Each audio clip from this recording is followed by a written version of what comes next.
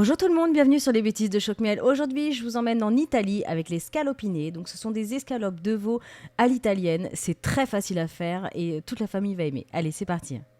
Alors, on va commencer la recette en préparant nos assiettes. Donc, une assiette avec un œuf battu en omelette mélangé avec du sel et du poivre, vous la réservez. Ensuite, vous allez prendre une assiette avec de la farine, vous la réservez aussi.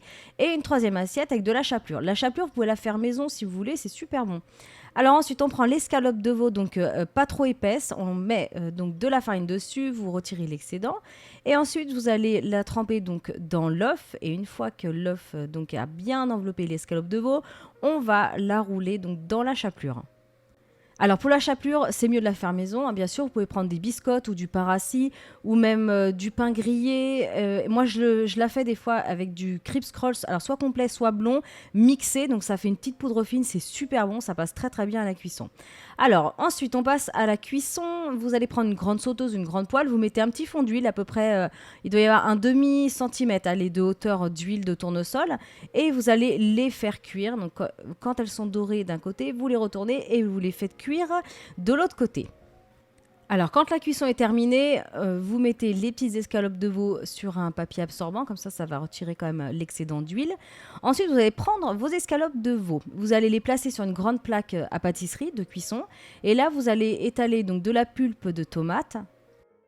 On y ajoute ensuite un petit peu de poivre, un petit peu de sel parce qu'on a salé au niveau de l'œuf, mais bon, il faut rajouter quand même une petite pointe de sel. Ensuite, on ajoute des herbes de Provence et du basilic frais. On continue en y ajoutant du jambon de Parme ou un autre jambon italien ou même du jambon blanc, enfin voilà, comme vous voulez.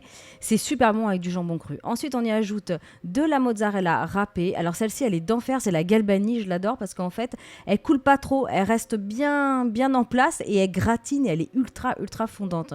Donc voilà, avec cette recette, c'est top. Ensuite, vous placez tout ça sous la grille du four, tout simplement, et quand votre fromage est fondu, c'est prêt. Voilà, alors ces scalopinées sont bien sûr délicieuses avec des pâtes, avec un petit peu de basilic et de poivre et du parmesan fraîchement râpé. Voilà, ça passe tout seul. J'espère vraiment en tout cas que cette recette vous aura plu. N'hésitez pas à la faire et à m'envoyer une photo sur Facebook, ça fait vraiment très plaisir de les recevoir.